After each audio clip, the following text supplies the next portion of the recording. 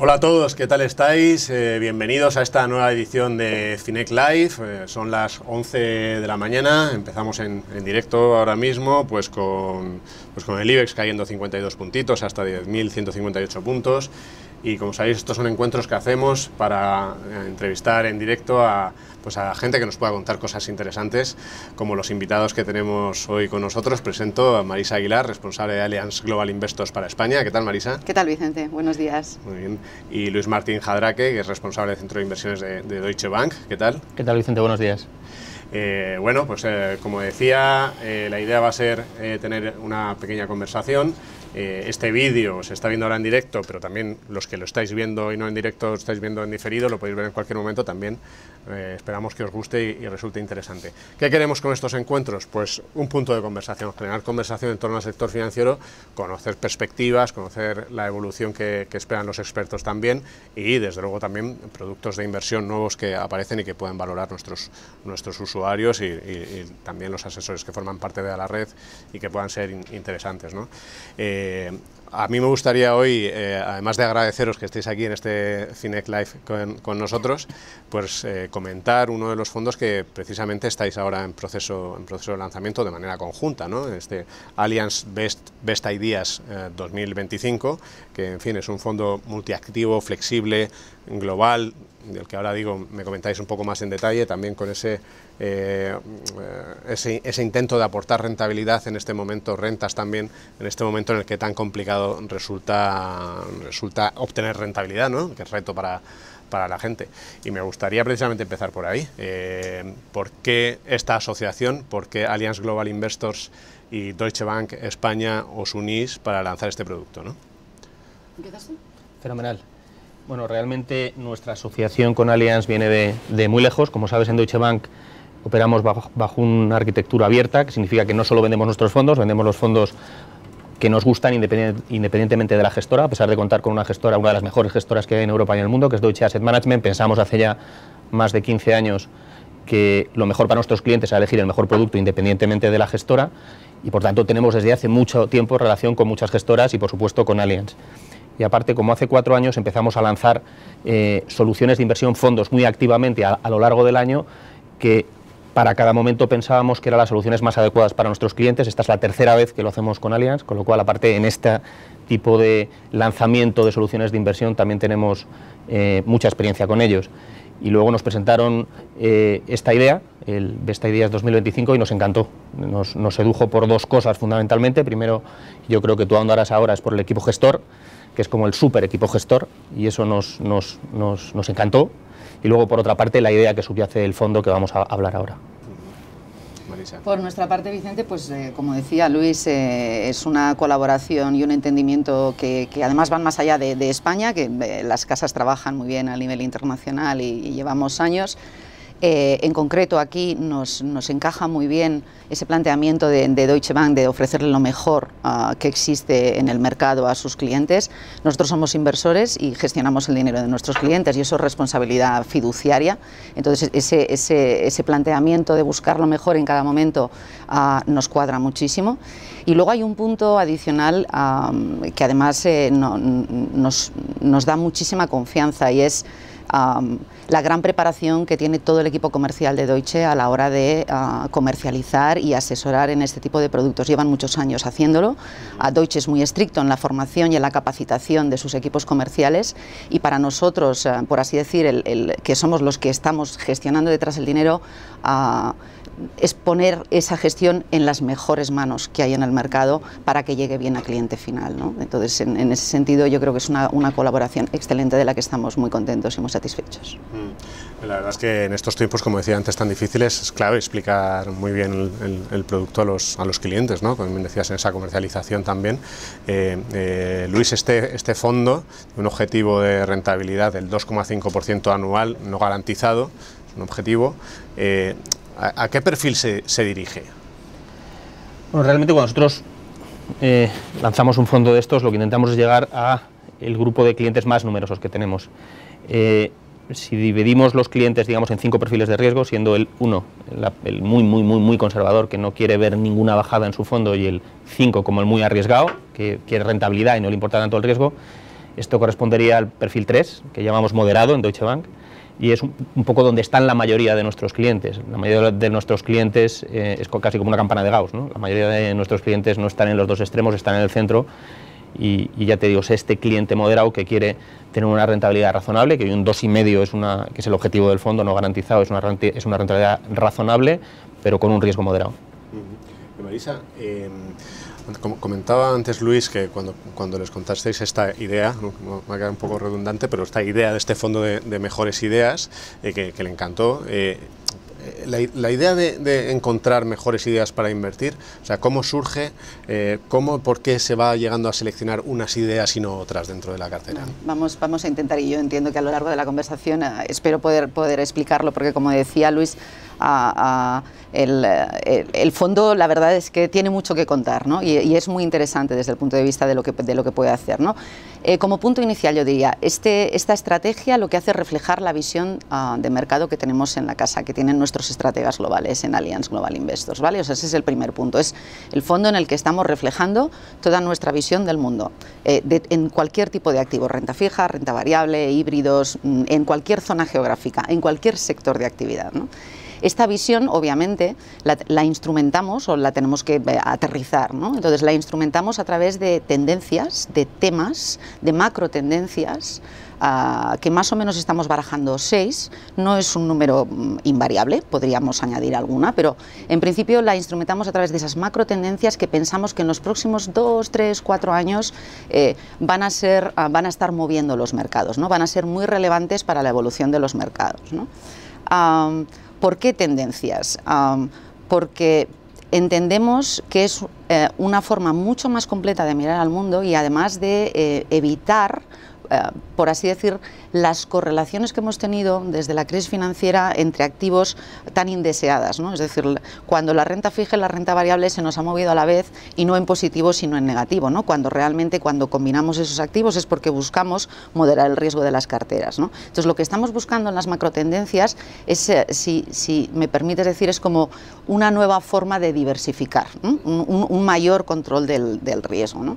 Y el cómo se buscan, como decía antes Luis, el gestor líder, por así decir, del fondo es nuestro estratega global, es Neil Dwayne, que es una estratega muy conocida en el mercado. En nuestra web intentamos tener pues comentarios de mercado de él, intentamos colgarlos además en español para si alguien tiene interés en verle.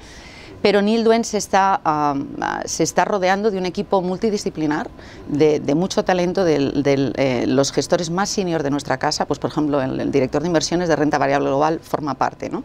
de este equipo de gestión, para traer las ideas, que luego si quieres veremos cómo las traemos, que representan mejor esas macro tendencias, ¿vale? Eso serían un poco visión de la casa, macro tendencias, equipo multidisciplinar para poder operar de manera global y flexible en esas macro tendencias, ¿no? A través de las mejores ideas.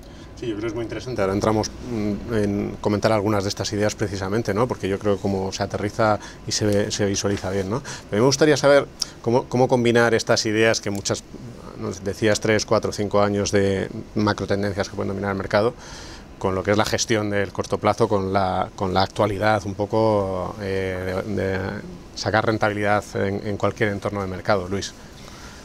Y un poco es lo que tú has dicho, Marisa. Yo creo que hay que diferenciar en dos cosas, una en identificar macrotendencias y otra en la gestión del puro fondo, son dos cosas diferentes. Y la gestión del puro fondo, digamos, aunque la tendencia miras en el medio plazo, la gestión del puro fondo y lo que nos interesa a nosotros, que es la gestión del riesgo, es absolutamente, quizá no es el adjetivo perfecto, cortoplacista, van a estar absolutamente encima.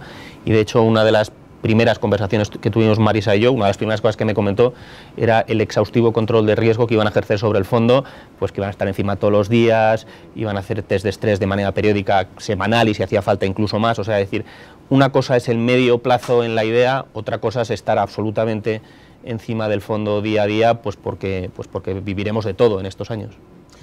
Marisa, ¿cómo se concretan entonces estas ideas? Vamos a ver, hemos dicho de 6 tendencias, que si me permites las voy a enumerar, espero no olvidarme ninguna porque yo tengo mala memoria, además no las llevo escritas, aquí hay mucha literatura pero no las llevo escritas. La primera macrotendencia que estamos viendo es la necesidad de rentas, esa necesidad, bueno, pues de generar rentas o un nivel de retorno, sí, que suene a renta, que suene a cupón, que suene a dividendo, en un entorno en el que realmente, bueno, pues con las políticas monetarias tan laxas y tipos de interés tan bajos o cero que estamos teniendo en los últimos años, eso se ha convertido en un auténtico desafío, ¿no? Cuando antes era era lo normal, ¿no? del mundo, ¿no? Una segunda tendencia sería el crecimiento estructural, ¿no? Y ahí estamos metiendo, pues como te puedes imaginar, desarrollo de clases medias, crecimiento de mercados emergentes, etcétera, etcétera, ¿no? Entonces, si te das cuenta, estamos buscando una idea de renta, una macro tendencia que representa esa búsqueda de rentas y una tendencia que está hablando de crecimiento, ¿no? Luego tenemos los ganadores de disrupción, que es algo muy interesante, ¿no? Que estamos asistiendo a una revolución, a la cuarta revolución industrial, y cómo, derivada de la tecnología, del impacto de la tecnología, cómo las compañías están modificando sus modelos de negocio, integrando esas novedades tecnológicas, ¿no? Es algo muy interesante, ¿no? Otra macro tendencia es los activos reales y la inflación. Queremos cubrirnos en un mundo en el que hay un crecimiento sincronizado y en el que puede haber, aunque todavía no, tensiones inflacionistas, no queremos dejar de cubrirnos, ¿no? Por lo tanto, eso es una macro tendencia que estamos viendo, que existe y que además a nosotros nos sirve de nuevo para diversificar, otra vez, ¿vale? Otra macro tendencia es la energía. Energía bien en forma de petróleo, siempre y cuando siga habiendo necesidad, precisamente por ese crecimiento sincronizado a nivel mundial que tenemos, pero también energías renovables, macro tendencia clara, indiscutible. Y por último, infraestructura y seguridad. Y pensemos en infraestructura como algo relacionado a todo ese crecimiento sincronizado del mundo, el gap que hay en infraestructuras en muchos mercados, también mercados desarrollados, y pensemos en seguridad, por ejemplo, como en la ciberseguridad, como en los desarrollos de software necesarios para soportar todas esas plataformas de nueva tecnología, ¿no? Entonces, si me preguntáis hace 3 años estas tendencias eran macro tendencias, probablemente todos diríamos sí. Y probablemente si nos preguntamos dentro de 5 años si siguen siendo absolutamente relevantes para el desarrollo macroeconómico y social, yo diría también, ¿no? Entonces, veremos algún cambio, podemos hacer algún cambio, pero es cierto que estamos buscando estructural, ¿no? Tendencias estructurales. Pero ahora tu pregunta, ¿cómo monetizamos? ¿Cómo hacemos dinero de esto? ¿Cómo lo aterrizamos, ¿no? O sea, ¿de dónde sacamos las ideas?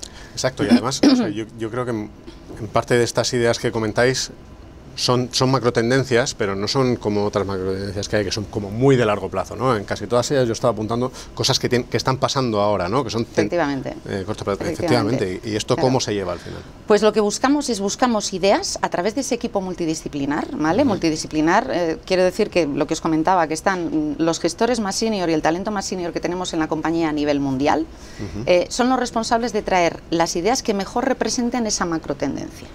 Y a esas ideas, es decir, a esas compañías o a esos valores, les vamos a pedir que sean interesantes desde un punto de vista de rentabilidad para aportarle a esta estrategia la rentabilidad que estamos buscando, pero no solo eso, les vamos a pedir que también sean interesantes desde un punto de vista de riesgo, pero no solo individualmente. También le vamos a pedir, lo que nos gusta decir, que sepan jugar en equipo, es decir, que aunque sean muy atractivas desde un punto de vista de riesgo-rentabilidad, al entrar en la cartera que estamos formando, ayuden a optimizar el riesgo total de la cartera.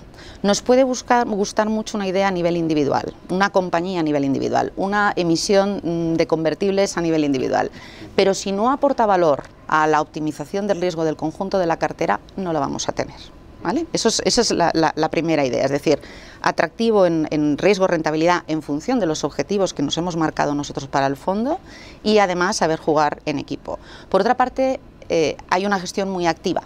En ese sentido, las ideas van a entrar y van a tener que dar lo que se espera de ellas. Y una vez den en el tiempo estimado lo que se espera de ellas, se van a vender. Y si no dan, también nos vamos a deshacer de ellas, no nos vamos a aferrar esperando que en algún momento pase aquello que queríamos que pasase, sino que vamos a estar buscando continuamente y aportando otras ideas que realmente cumplan con el objetivo que nos hemos marcado. ¿Y esas ideas llegan en forma, en cuerpo de fondos de inversión, de otros fondos de inversión? ¿Este es un fondo de fondos? ¿Llegan a través de acciones? ¿Cómo se compone la cartera? Me alegra que me lo preguntes porque el fondo es muy flexible. El fondo, de hecho, no tiene limitaciones. Por así decir, cuando tú te lees el folleto informativo, no nos ponemos grandes límites. ¿Por qué? Porque lo que queremos es instrumentar cada idea en la forma más eficiente posible. Si la eficiencia me viene por comprar un ETF, voy a comprar un ETF. Si la eficiencia me viene por comprar una acción, voy a comprar una acción. Si la eficiencia, o si una compañía me gusta, pero me gusta más cómo está emitiendo renta fija y cómo cuadra esto en su estructura de capital versus a su renta variable, voy a comprar la renta fija. Es decir, lo que busco, aparte de esa idea que juegue bien la macrotendencia, después miro dentro y miro cuál es el instrumento más óptimo y más eficiente para mi cartera para plasmar esa idea. ¿De acuerdo? Entonces, porque lo que buscamos es la diversificación y lo que buscamos es sobre todo, la optimización del riesgo. Muy interesante. Y ahí, ¿cómo son los plazos de contratación del fondo? ¿Ha empezado ahora? ¿Hasta cuándo, Luis? Si nos puedes dar un detalle. Hasta el 28 de marzo. Creo que es hasta las 8 de la mañana, o sea, realmente es hasta las 8:30 de la mañana, es el último día, o sea que todavía tenemos un par de meses por delante. Y en cuanto a los costes del fondo, son los primeros 5 años tienen un coste total de un 1,70 y los 2 últimos de un 1,30. O sea, va evolucionando en función de... Eso es. Muy bien. Estamos viendo ahora mismo valoraciones prácticamente en el día a día, ¿no? Yo decía antes de empezar la entrevista, decía que la que está cayendo aquí fuera con la nieve que vemos a través de la ventana de la oficina, pero también en los mercados, estamos en un momento muy alcista, con una pequeña corrección el otro día. Entonces, yo creo que esto dificulta, ¿no?, la labor del gestor, hace más complejo poder generar esta... no sé... si llegan estos sustos por el camino, del que se viene hablando, que va a volver la volatilidad, y durante 2017 hemos visto que no llega, no sé si este inicio de algo... ¿Qué se puede esperar del fondo en un entorno de este tipo, en el que vuelva la volatilidad? Bueno, yo diría que dos ideas. La primera es, desde un punto de vista de gestión, nos gusta la volatilidad. Es decir, sin volatilidad no hay oportunidades en el mercado. Entonces, y el haber vivido estos años de volatilidad tan baja, al final, de alguna forma, todos sabemos que estamos viendo un momento de alguna forma artificial, que ha sido intervenido o influenciado por las políticas monetarias, por el exceso de liquidez en el mercado, etcétera. Entonces, no es muy natural, ¿no? Y como inversores preferimos que el mercado se mueva, que nos genere liquidez y que nos genere oportunidades de inversión, ¿no? Dicho esto, obviamente, como comentabas, hay valoraciones elevadas en renta fija. La renta fija está cara. Puede haber valoraciones también elevadas en renta variable, particularmente yo creo que en Estados Unidos. Es cierto que, pues bueno, lo hemos visto estos días, ¿no? O sea, es cierto que estamos asistiendo a esa correlación indeseada que comentábamos antes, ¿no?, de que empiezan a repuntar los tipos en renta fija, caen los precios de renta fija y los mercados de renta variable también caen, ¿no? Entonces tenemos esas correlaciones operando de manera negativa para nosotros, ¿no? Entonces, ¿qué puede hacer el fondo? El fondo está diseñado. O sea, es en ese entorno de más incertidumbre y de más tensión es donde este fondo lo tiene que hacer bien, porque este fondo está diseñado para operar en esos mercados, está diseñado para tener flexibilidad, está diseñado para irse a nivel global y buscar esas mejores ideas, ¿no? Siempre con ese control del riesgo. Es decir, en un mercado en el que todo suba, no necesitas... Siempre necesitas, porque luego las cosas son más complicadas de las que todos tendemos a pensar, ¿no? Pero en un mercado en el que realmente tienes valoraciones ya exigentes, tienes una política monetaria, bueno, en un punto de inflexión, incluso ya dándose la vuelta en mercados como Estados Unidos, sabes que en Europa te va a pasar, estás viendo a ver cuándo, pero sabes que te va a pasar, tienes que poco a poco asumir más riesgo porque el activo libre de riesgo no te paga. Y por lo tanto, si queremos tener niveles de retornos que el inversor habitual y el ahorrador considera libres de riesgo, normales, 2-3%, señoras y señores, eso ya no se puede hacer a día de hoy sin riesgo.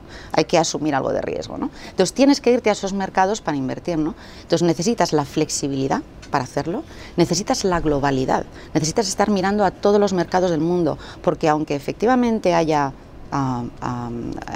si quieres, elementos de preocupación, esa flexibilidad y esa globalidad te permiten siempre ser capaz de encontrar ideas, compañías con negocios, con modelos de negocio interesantes, con una gestión y una gobernanza corporativa sólidas y con valoraciones muy razonables, ¿no? Y eso es, en ese entorno, yo creo que este fondo es donde realmente lo debe hacer mejor, ¿no? Siempre hay esas oportunidades de...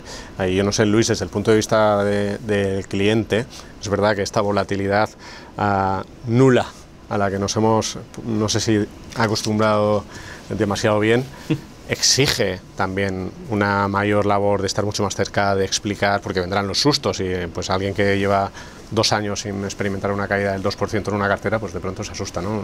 ¿Vosotros cómo veis que puede aportar esto? Bueno, yo creo que la primera fase de todo esto es lo que te dije antes, que es dirigir el producto a los clientes que sepan invertir y aguantar, ¿vale? Porque es un producto que lo hacemos a 7 años, ¿vale? ¿Y por qué 7 años?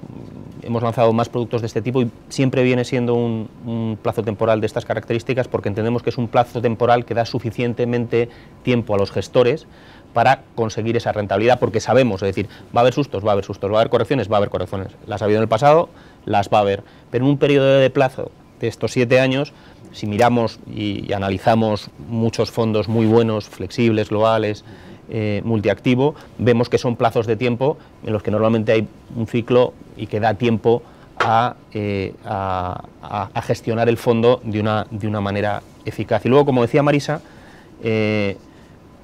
yo pienso que las correcciones se tienen que ver muchas veces como un aliado. También si vemos cómo se han comportado fondos de estas características, grandes fondos de estas características en el pasado, precisamente es en el momento de las correcciones donde esa corrección es una fuente de rentabilidad futura, porque lo que suele pasar en las correcciones es que, y está pasando mucho últimamente, como dice Marisa, que hay una caída con correlación 1, es decir, que cae todo, y muchas veces las compañías que venden activos, pues los venden, algunos de ellos a unos precios que son interesantes, y los buenos gestores se dan cuenta que es un precio interesante y es una fuente de rentabilidad para el futuro. Es cierto que durante esos periodos de corrección, pues es obvio que el fondo pues va a sufrir, pero por una parte con un control muy exhaustivo del riesgo no va a sufrir más de lo que es capaz de soportar un inversor y por tanto se tiene que ver muchas veces como un aliado que va a aportar rentabilidad en el futuro. Pero en ese control del riesgo, además de por las propias temáticas y la diversificación que aportan, ¿hay un control adicional exhaustivo? Sí. ¿Cómo se hace ese seguimiento? Sí, de hecho, como comentaba Luis, ¿no? Yo creo que también el fondo está diseñado en ese plazo y está diseñado para aportar estabilidad. Entonces, y esto es algo muy relevante, ¿no? que yo creo que tenemos que transmitir, ¿no?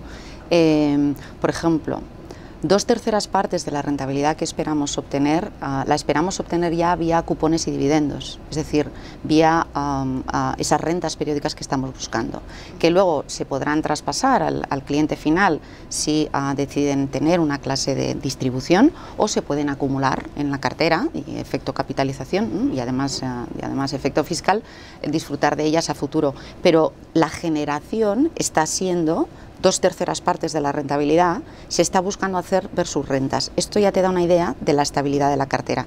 No estás de alguna forma confiando en la revalorización de los mercados, sino que estás buscando cupones, dividendos que te permitan generar esa renta periódica, ¿no? Luego, por otra parte, tenemos una línea roja de volatilidad, ¿vale? Hemos hablado antes de que todas las compañías y todos los valores entraban con un binomio riesgo-rentabilidad, pero además entraban aportando valor al riesgo absoluto de la cartera, es decir, a la volatilidad de la cartera.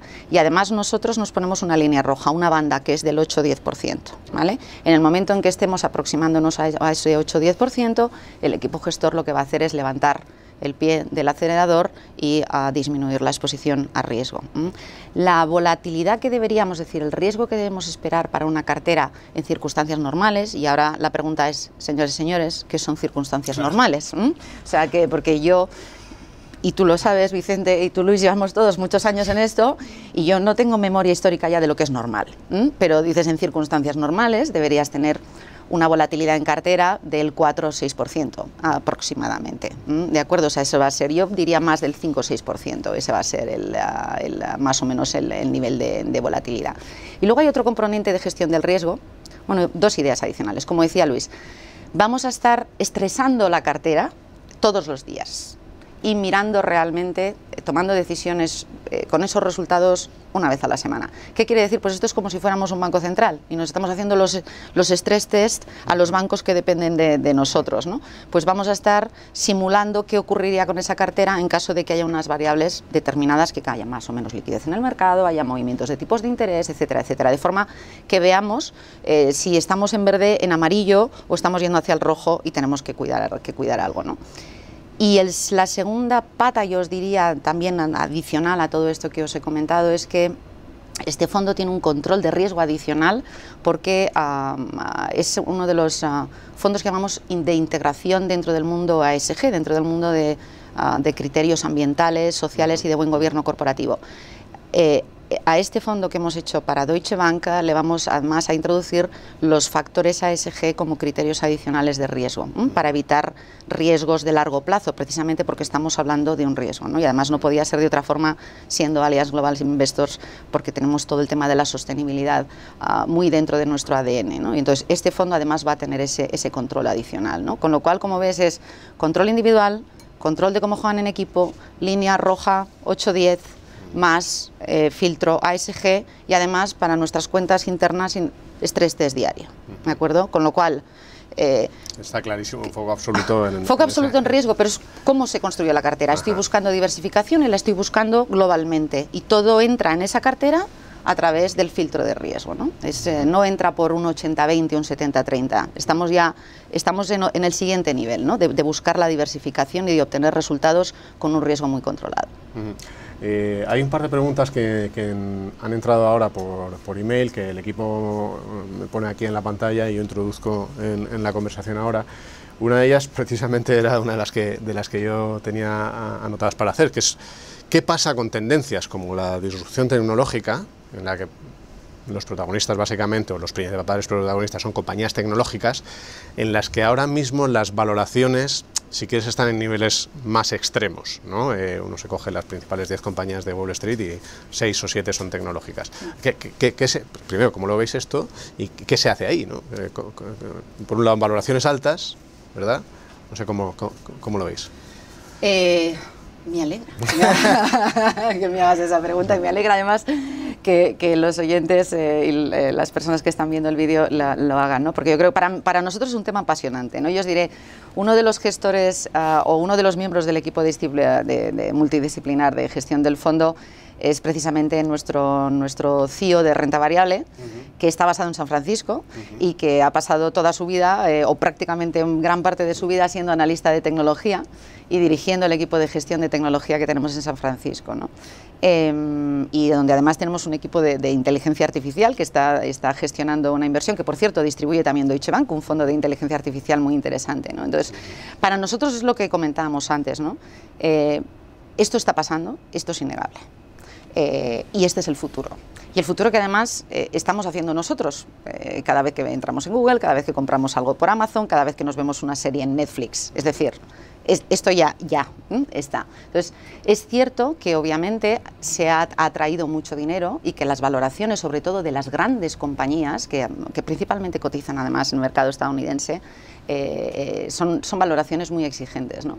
Pero también es cierto que hay todo un mundo de compañías que están desarrollando, de menor tamaño, medio y pequeño, cotizadas, que están desarrollando las aplicaciones de todo, por ejemplo, de la inteligencia artificial, y que están generando beneficios y que su crecimiento de beneficios el crecimiento de beneficio por acción es muchísimo más elevado que en el de otros sectores. Por lo tanto, las valoraciones siguen siendo muy interesantes. Mientras veamos crecer los beneficios a los ritmos a los que estamos creciendo, sabemos que hay ideas y sabemos que hay ideas interesantes, ¿no?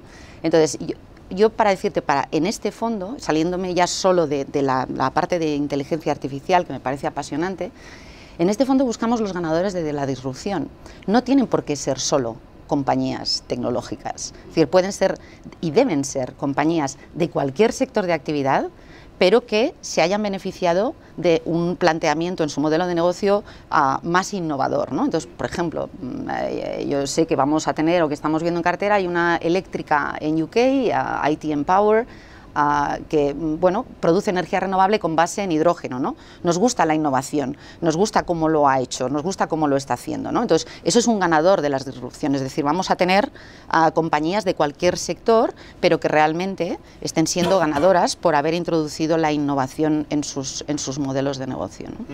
Es que, sí, antes hablabas de la memoria, yo creo que esto es una diferencia importante respecto a otros momentos de mercado en los que se hablaba de la tecnología, se hablaba solo como en las compañías tecnológicas, y es que ahora la tecnología realmente está en todos los procesos, o sea, el problema es si hay una compañía que no tiene tecnología en su cartera. Bueno, miraros a vosotros.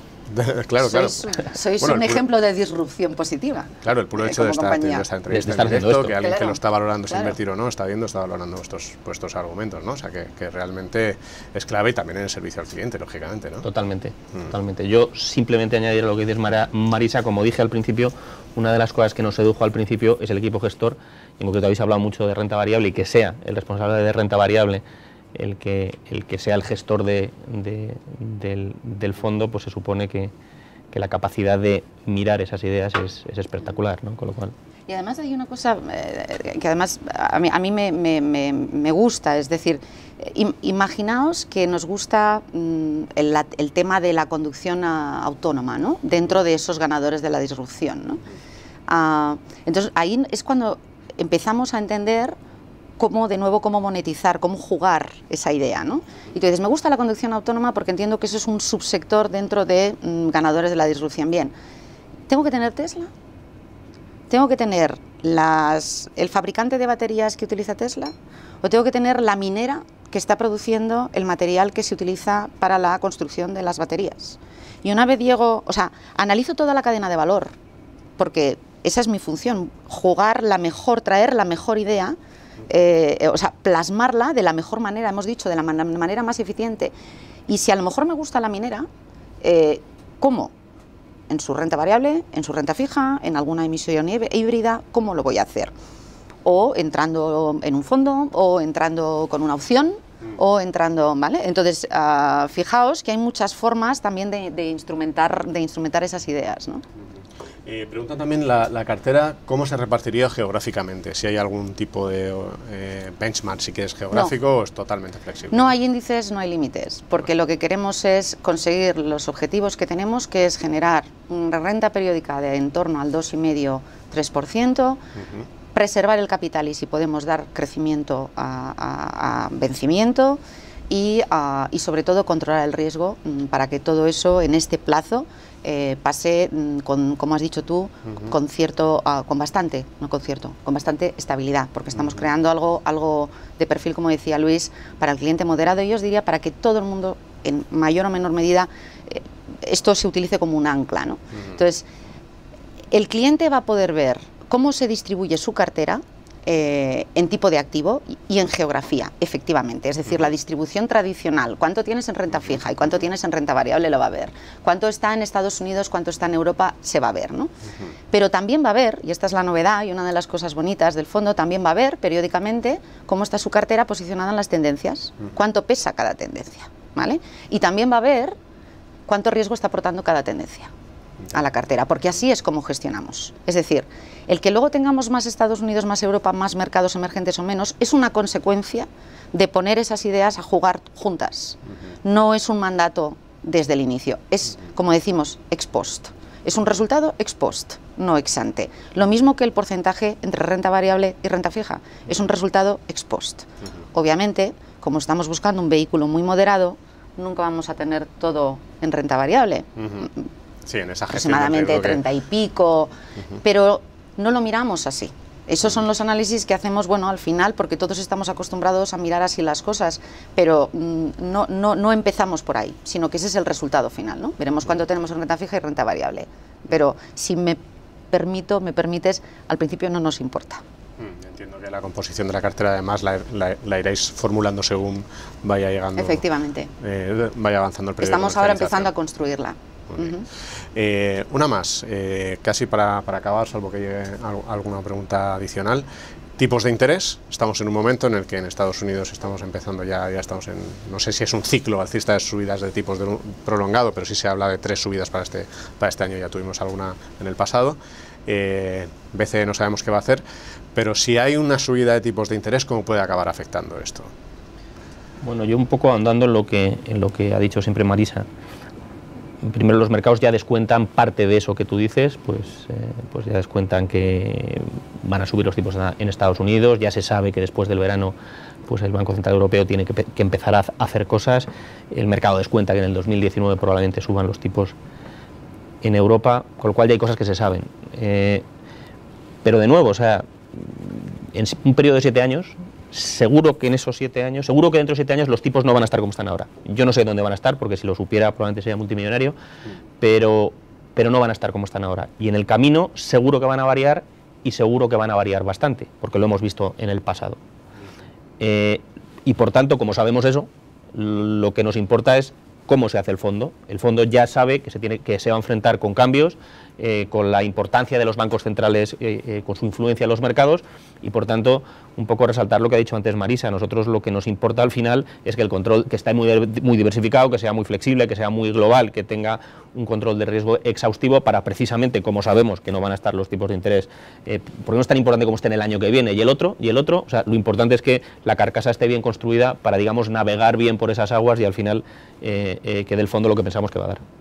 Totalmente, yo creo, como Luis, o sea, una de las cosas que hay que tener en cuenta es que yo creo que los bancos centrales han hecho un esfuerzo en los últimos años a raíz de la crisis por bueno, gestionar las riendas de la política monetaria con mucha transparencia y esforzándose en la comunicación, y por lo tanto, como el mercado funciona mucho por expectativas y las expectativas están ya descontadas, no hay grandes sobresaltos. Entonces yo creo que gran parte de lo que puede pasar está descontado por el mercado.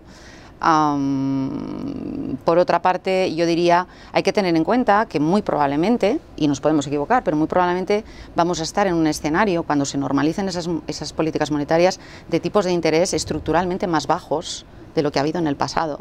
Y eso es algo a lo que nos tenemos que ir acostumbrando, es decir, la normalización no implica que volvamos a ver 5, 6 o 7%. Es decir, esa normalización, pues a lo mejor vamos a estar en entornos 2, 3%.